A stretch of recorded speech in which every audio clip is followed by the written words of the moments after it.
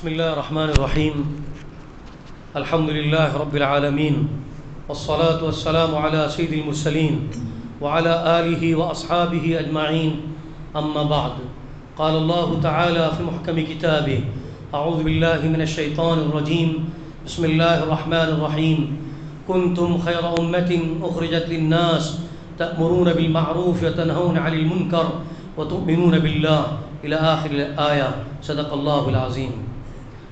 میرے محترم بزرگوں، عزیزوں اور دوستوں، اقوام کی تاریخ اور قوموں کے حالات پر اگر ہم نظر رکھیں گے تو ہمیں یہ بات قرآن مجید کی اور احادیث پاک کی شرح میں بھی ملتی ہے، ان کی آیات میں اور حدیث پاک کے متن میں یہ بات ملتی ہے کہ اللہ رب العزت نے اس انسانیت کی فلاح اور صلاح کے لیے، ان کی کامیابی اور نجاح کے لیے انبیاء علیہ السلام کا سلسلہ جاری فرمایا۔ ہر نبی جس کو اللہ تعالیٰ نے پسند فرمایا، منتخب کیا، اس کو اپنی قوم کی طرف بھیجا۔ کچھ نبی کسی خاص بستی کے لیے آئے، کوئی نبی اپنی خاص قوم کے لیے آیا، کوئی نبی اپنے علاقے کے لیے آیا۔ ان کے آنے کا طریقہ کار اور ان کی جو ذمہ داریاں تھیں وہ بالکل الگ الگ اور مختلف تھیں، لیکن ایک بات سب کے اندر مشترک تھی۔ جتنے بھی نبی آئے ان سب نبیوں نے اپنے اللہ کے بندوں کو اللہ سے جوڑنے کی فکر کی، اللہ کے بندوں کو اللہ کی پہچان کروائی، اللہ کی معرفت کروائی، کہ جب تک انسان کو یہ معلوم نہ ہو کہ میں جو دنیا میں آیا ہوں مجھے کس نے پیدا کیا ہے، اور مجھے دنیا میں بھیجے جانے کا مقصد کیا ہے، اور مجھے کس کو بڑا ماننا چاہیے، کس کی مجھے عبادت کرنی چاہیے، کس کے آگے مجھے جھکنا چاہیے، کس کے آگے اپنے سر کو تسلیم کرنا چاہیے، یہ جب تک اس کو معلوم نہ ہو تو پھر نہ اس کو بڑا مانے گا، وہ نہ اس کی عبادت کرے گا، اور نہ اس کے دل کے اندر اس کی کبریائی اور بڑائی پیدا ہوگی۔ تو سب سے پہلے نبیوں نے جس کی طرف اشارہ کیا، جس کی محنت کی، سب سے پہلا کام یہ تھا کہ اللہ کے بندوں کو اللہ سے جوڑ دیا جائے، اس کی پہچان کروائی جائے، ان کو بتلایا جائے کہ ہم کو کسی ذات نے پیدا کیا ہے۔ اور جب یہ نبی جب تک اپنی قوموں میں رہتے تھے، اپنے لوگوں میں رہتے تھے، تو لوگوں کو ہر بری بات سے روکتے تھے، اچھائی بات کی طرف اشارہ کرتے تھے، بتلاتے تھے کہ یہ کام کرنا ہے، اس کام سے رکنا ہے۔ تو پھر ایک وقت یہ آتا تھا کہ نبی جو ہے اپنی مدت کو اور اپنے وقت کو گزار کر اللہ نے جو طے کیا تھا اس مدت کو گزارنے کے بعد اپنی قوم سے چلا جاتا تھا۔ اور ظاہر بات ہے کہ جب کسی قوم کے اندر نبی نہیں ہوتا ہے اور ان کو اچھی باتیں بتلانے والا نہیں ہوتا ہے، ان کو برائیوں سے روکنے والا نہیں ہوتا ہے، تو پھر اس امت کا کیا حل ہو جاتا ہے۔ ایسے ہی بہت سے نبیوں کے ساتھ ہوا، بہت سی قوموں کے ساتھ ہوا، اور آخر میں حضور پاک علیہ السلام کی بعثت سے پہلے جو حضرت عیسیٰ علیہ السلام تھے، ان سے لے کر حضرت عیسیٰ سے لے کر حضور پاک علیہ السلام تک تقریباً 600 سال کا عرصہ گزر گیا۔ 600 سال، 6 صدیاں کہتے کس کو ہیں، اور کوئی نبی نہیں ہے۔ حضرت عیسیٰ کی جو تعلیمات تھی لوگوں نے اس کو بھلا دیا تھا، جو اللہ کی طرف سے الہام شدہ باتیں تھیں لوگ اس کو بھول چکے تھے۔ اب ماحول ایسا پیدا ہو گیا تھا کہ نہ کوئی اللہ کو پہچانتا تھا، نہ کوئی اپنے نبی کو یاد کرتا تھا، نہ اللہ کی بھیجی ہوئی باتوں پر کسی کا خیال تھا۔ نتیجہ یہ ہوا ہر آدمی اپنے ذہن کے اندر جو بات اچھی لگتی تھی وہ کرتا تھا، جو بات بری لگتی تھی اس کو چھوڑتا تھا، اور اچھے لگنے میں اور برے لگنے میں شریعت کا کوئی پاس و لحاظ نہیں ہے، اس لیے کہ کتاب پر کوئی عمل ہی نہیں ہے، نبی کا وجود ہی نہیں ہے، اچھے لوگوں کا وجود ہی نہیں ہے، کوئی بتلانے والا نہیں ہے۔ تو ظاہر بات ہے کہ دنیا کے حالات جو ہو سکتے تھے وہ ہوئے۔ دنیا جہالت کے گڑھے کے اندر گر گئی، ضلالت اور گمراہی کے اندرونی میں چلی گئی، اور کوئی بتلانے والا نہیں تھا۔ لیکن توریت کے اندر، زبور کے اندر، انجیل کے اندر ایک نبی کے بارے میں اشارہ تھا کہ ایک نبی آنے والا ہے۔ لوگوں کو اس کا انتظار تھا کہ وہ آئے گا، معاشرے کے اندر اصلاح پیدا ہوگی، وہ آئے گا لوگوں کو برائیوں سے نکالے گا، وہ آئے گا اچھی بات بتلائے گا، منزل کے مقصود تک پہنچائے گا اور بتلائے گا کہ ہماری منزل یہ ہے۔ اس کا انتظار تھا، اور وہ جب نبی آئے ہیں وہ حضور پاک علیہ السلام ہے۔ نبوت کا سلسلہ آپ پر آ کر ختم ہو گیا. اب اس کے بعد کوئی نبی والا آنے والا نہیں ہے. اب مجھے اور آپ کو یہ سمجھنا ہے کہ جب حضرت عیسیٰ علیہ الصلوۃ والسلام اس دنیا سے چلے گئے تھے اور ان کے درمیان سے لے کر حضور پاک علیہ الصلوۃ والسلام کی آمد تک تقریباً 6 صدیاں گزر گئی تھیں، اس کے باوجود بھی لوگوں کو اس کی امید تھی کہ ایک نبی آنے والا ہے، اس لیے کہ اس کی بات جو ہے توریت نے کی تھی، اس کے بعد ان کی بات جو ہے نبیوں نے کی تھی، تو نبیوں کے بعد تو جھوٹی نہیں ہو سکتی تھی. وہ تو نبی آ گیا اور اپنا جتنا کام کرنا تھا اللہ نے جو ذمہ داری دی تھی ان ذمہ داریوں کو بھرپور طریقے سے ادا کیا. اس لیے کہ حضور پاک علیہ الصلوۃ والسلام کا آخری جو پہلا بھی حج تھا اور آخری حج بھی تھا. عرفات کے میدان میں حج سے جب فارغ ہو گئے اور لوگ اب جانے کے ارادے سے لوگوں کو معلوم ہے کہ حضور پاک علیہ الصلوۃ والسلام ہمارے بیچ بہت دنوں تک زندہ نہیں رہنے والے، اب ان کی وفات کا وقت آ چکا ہے. اس لیے کہ الیوم اکملت لکم کی جو آیت اتری تھی اسے کافی لوگوں نے سمجھ رکھا تھا کہ حضور پاک علیہ الصلوۃ والسلام ہمارے بیچ زیادہ مدت نہیں رہیں گے.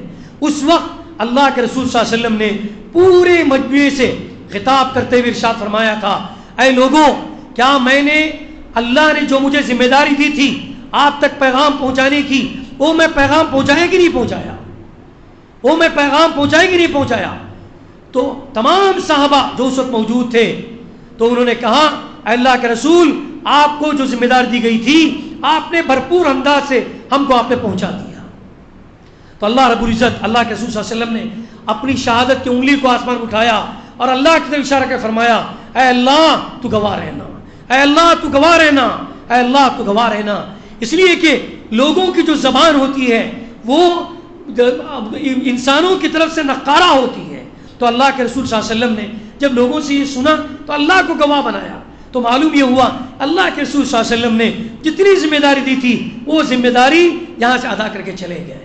لیکن کیا جیسے عیسیٰ کے جانے کے بعد ایک نبی کا انتظار تھا، کیا حضور پاک علیہ الصلوۃ والسلام کے جانے کے بعد کسی نبی کا انتظار ہے؟ کوئی نبی آنے والا ہے؟ قرآن نے اس کو بتلایا؟ نہیں، بلکہ اللہ رب العزت نے حضور پاک علیہ الصلوۃ والسلام کو آخری نبی بتلا کر نبوت کے سلسلے کو ختم فرمایا. اللہ کے رسول نے فرمایا خود اپنی مثال، یہ تو کوئی عمارت آپ دیکھ رہے ہیں، بہت کتنی خوبصورت ہے، کتنی اعلیٰ ہے، کتنی شاندار ہے، دیکھنے ہی دیکھتے ہی بنتا ہے کہ آنکھیں بند نہیں ہوتی ہیں، آنکھیں چوندا جاتی ہیں. لیکن دیکھو اس عمارت کے اندر ایک جگہ خالی ہے، اگر وہ پور ہو جاتی کتنا اچھا ہوتا. تو اللہ کے رسول نے فرمایا وہ اس عمارت کی اینٹ میں وہ آخری اینٹ ہوں. اللہ کے رسول صلی اللہ علیہ وسلم نے فرمایا اس عمارت کے اندر آخری اینٹ بھی لگ چکا ہے، تو دیکھو کتنی خوبصورت عمارت بن چکی ہے. تو معلوم یہ ہوا نبیوں کا سلسلہ ختم ہو چکا ہے، نبی آنے والے نہیں ہیں. اب یہ جو ذمہ داری ہے امت پر ڈال دی گئی ہے. اللہ رب العزت نے انسانوں کو جب پیدا کیا تھا اور فرشتوں کو کہا گیا کہ اے فرشتوں اس انسان کو تو سجدہ کر، اس نے سجدہ کرتے انکار کیا. لیکن اللہ رب العزت نے اس انسان کو خلیفہ بنایا. اور خلیفہ کس کو کہتے ہیں؟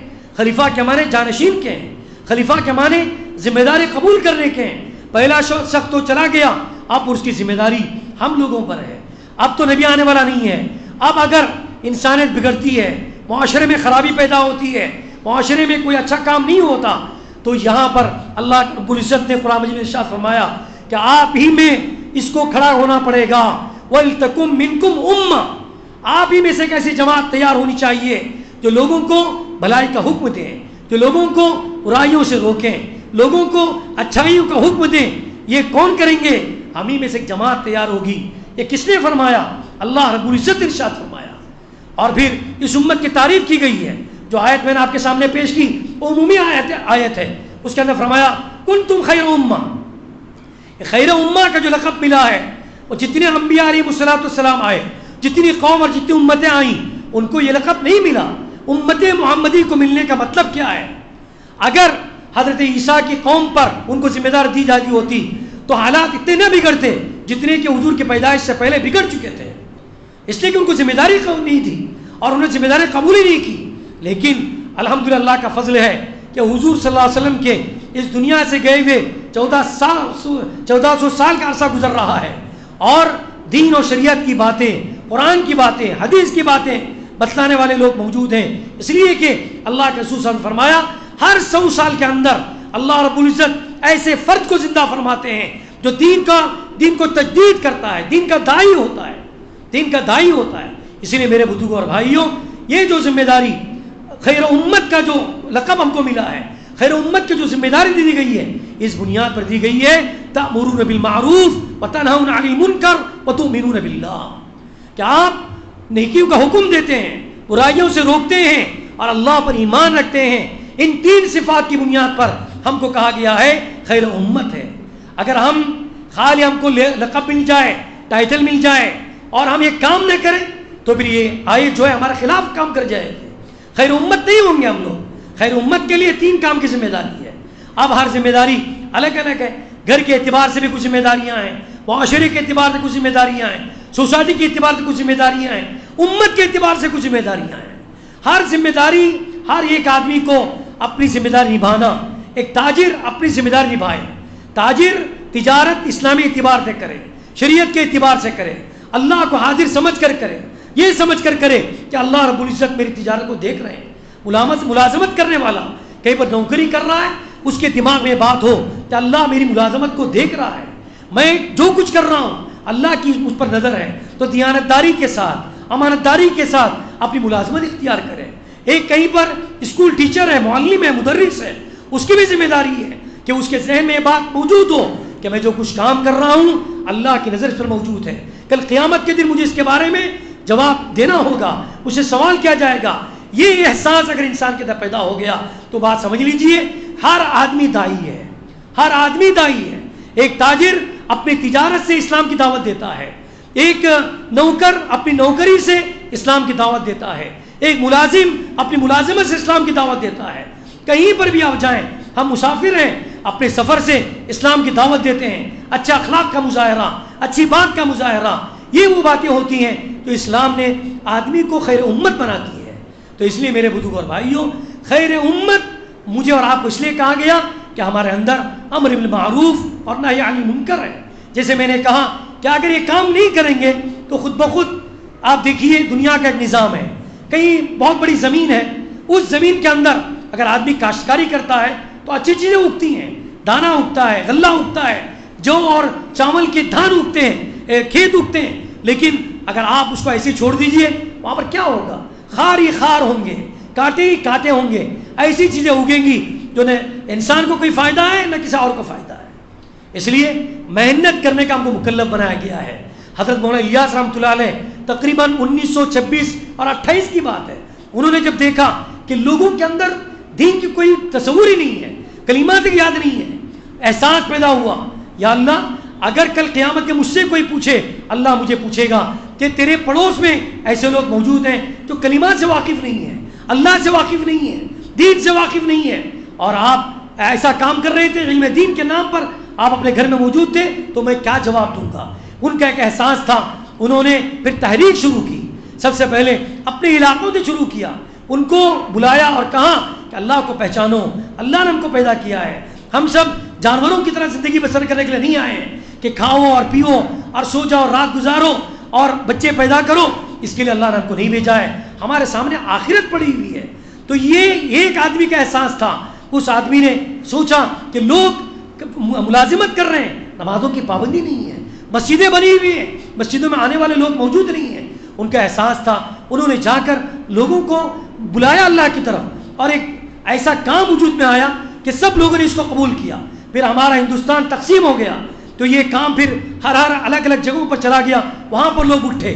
آپ کو معلوم ہونا چاہیے دنیا کے اندر عوامی سطح پر کام کرنے والی سب سے بڑی تحریک اگر کوئی تھی، یہ مولانا الیاس رحمۃ اللہ علیہ کی دعوت و تبلیغ کی تحریک تھی. دعوت و تبلیغ کی تحریک تھی. اس کو اتنی کامیابی ملی اور لوگوں نے اس کو اتنا قبول کیا، عوامی سطح پر لوگوں کو سیکھنے کے لیے مدارس بند. اب بڑے لوگ کہاں جائیں گے، کہاں سیکھیں گے جا کر؟ تو مولانا الیاس رحمۃ اللہ علیہ نے لوگوں کو نکال کر مسجدوں میں لایا کہ جہاں پر فرشتوں کا ماحول ہوتا ہے، جہاں پر اللہ کی رحمتیں برستی ہیں، وہاں پر لا کر کلمات سکھایا، نماز سکھایا، احکامات سکھائے، اور پھر ایسا ماحول پیدا ہو گیا. دنیا نے اس کو قبول کیا اور آج بہت سی تحریکیں موجود ہیں، اور اس وقت بھی موجود تھیں، بڑے بڑے علماء موجود تھے. ان کی تحریروں کو نکال کر دیکھیے، اگر مولانا الیاس رحمۃ اللہ علیہ اس وقت تحریک کو زندہ نہ کیے ہوتے اور یہ کام اپنے احساس کی بنیاد پر وہ نہ کیے ہوتے تو شاید آپ اتنے مدارس کو ہندوستان میں نہیں دیکھتے، ان مساجد کو اتنے نہیں دیکھتے، آپ اتنے مسلمانوں کو نہیں دیکھتے، مسلمانوں کے حالات بگڑ چکے تھے۔ تو اس تحریک نے صرف ہندوستان میں بلکہ دنیا کے ہر کونے میں اتنی شدت کے ساتھ اس کے اندر انقلاب برپا کیا کہ کسی تحریک نے اتنا انقلاب برپا نہیں کیا۔ عوام نے، خواص نے اس کو قبول کیا، اور اس کے اندر چیزیں بھی ایسی تھیں۔ سب سے پہلی بات کیا تھی کہ اب بندوں کو اللہ کے متعلق بتانا، اللہ کے متعلق بتانا کہ جو کچھ ہو رہا ہے اللہ سے ہو رہا ہے، پیدا کرنے والا اللہ ہے، جلانے والا اللہ ہے، مارنے والا اللہ ہے، کھلانے والا اللہ کی بات ہے، اللہ کے تعلق سے بات ہے۔ پھر دوسری بات یہ، نبی کریم صلی اللہ علیہ وسلم نے جو طریقہ ہم کو بتلایا وہ اس طریقے کے اندر کامیابی ہے، اسی طریقے کو اپنانا ہے۔ اگر ہم کامیاب ہونا چاہتے ہیں دنیا کے اندر بھی آخرت کے اندر بھی تو حضور کی سنت کو اپنائیں گے، کامیاب ہو جائیں گے۔ پھر نماز کے تعلق سے کلمہ توحید کے بعد سب سے بلند اور سب سے اعلیٰ عبادت اگر کوئی ہے تو نماز ہے۔ نماز اور اسلام کے درمیان، اسلام اور کفر کے درمیان فرق کرنے والی چیز نماز ہے۔ نماز پڑھنے والا مومن ہے، نماز چھوڑنے والا کافر قرار دیا گیا اس کو، اگرچہ کہ شرعی اعتبار سے کافر نہیں مانا گیا جب تک کہ اس کا وہ انکار نہ کر دے۔ بہرحال یہ وہ باتیں تھیں کہ اس جماعت کے اندر لا کر لوگوں کو بنیادی باتیں، اس لیے کہ پورا دین نہیں ہو سکتا تھا، پوری باتیں نہیں ہو سکتی تھیں۔ جیسے کوئی اسکول بنتا ہے، اپنا ایک سلیبس بنایا جاتا ہے، اپنا مقدار بنایا جاتا ہے، اپنے اسکول کی ایک کتابیں طے کی جاتی ہیں، اسی طرح سے مولانا الیاس رحمۃ اللہ علیہ نے اس وقت یہ سمجھا عام لوگوں کے لیے کیا باتیں ہو سکتی ہیں، وہ ان باتوں کو اپنی تحریک کے اندر شامل کیا اور پھر لوگوں کے اندر پھرے، آگے بڑھے۔ تو آج یہ کام ماشاءاللہ پوری دنیا میں پھیل گیا، اور کام مقصد یہی ہے کہ کوئی کسی یہاں پر سیاست نہیں ہوتی ہے۔ بہت سے لوگ اس کو سمجھتے نہیں ہیں، پہلے سمجھنے کی ضرورت ہے کہ اس دعوت و تبلیغ کے اندر کوئی سیاست نہیں ہے، اس دعوت و تبلیغ کے اندر کوئی احکامات کی باتیں نہیں ہوتی ہیں۔ احکامات کا مطلب یہ جائز ہے، یہ ناجائز ہے، یہ فرض ہے، یہ سنت ہے، اس طرح کی باتیں کر کے انتشار نہیں پیدا کیا جاتا۔ ان سے کہا جاتا ہے ان کے بارے میں آپ اپنے گاؤں کے علماء سے رجوع کیجیے، یہاں پر اس کے بارے میں پڑھنے کی ضرورت نہیں ہے۔ یہاں پر صرف اتنا ہے کہ ہم اپنے دل کو صاف کرنا ہے، اللہ کی رجوع کرنا ہے، ہمارے دل کے اندر اللہ بس جائے، اللہ کی عبادت ہم کرنے والے بن جائیں۔ یہ وہ چیزیں تھیں، ابتدائی چیزیں مولانا الیاس رحمۃ اللہ علیہ نے اپنے اس کے اندر شامل کیا، اور اس کے بعد ایک کام بڑھتا چلا گیا اور آج بھی اسی انداز سے کام ہو رہا ہے۔ بہرحال ہم سب یہ چاہتے ہیں کہ کام زندہ رہے، اس لیے کہ اس کے اندر امت کی اصلاح ہے، امت کا اس کے اندر انقلاب برپا ہوا ہے۔ کوئی بات ہے کہ لوگوں نے اس کو قبول کیا ہے، اگر اس کے اندر کوئی خرابی ہوتی تو کب تک یہ تحریک ختم ہو چکی ہوتی، اس کا وجود ختم ہو چکا ہوتا، لیکن نہیں، یہ مزید بڑھتی جا رہی ہے۔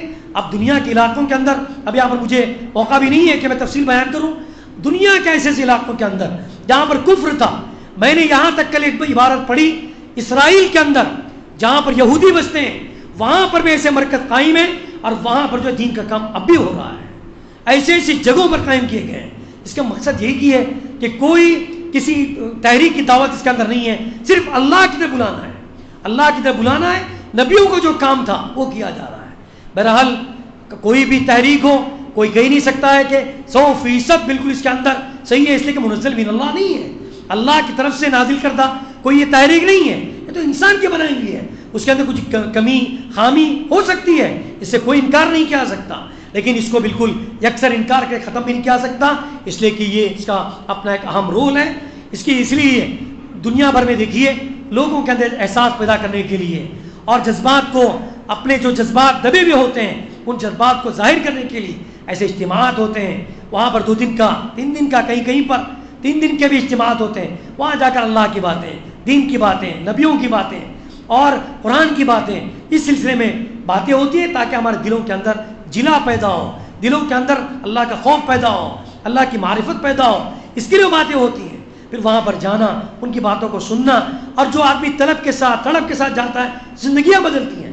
کتنے شرابی، کتنے زانی اور نہ جانے کتنے برے کام کرنے والے اس جماعت کے ذریعے سے اللہ کے تائب بن گئے، توبہ کرنے والے بن گئے، زندگیاں ان کی بدل گئی۔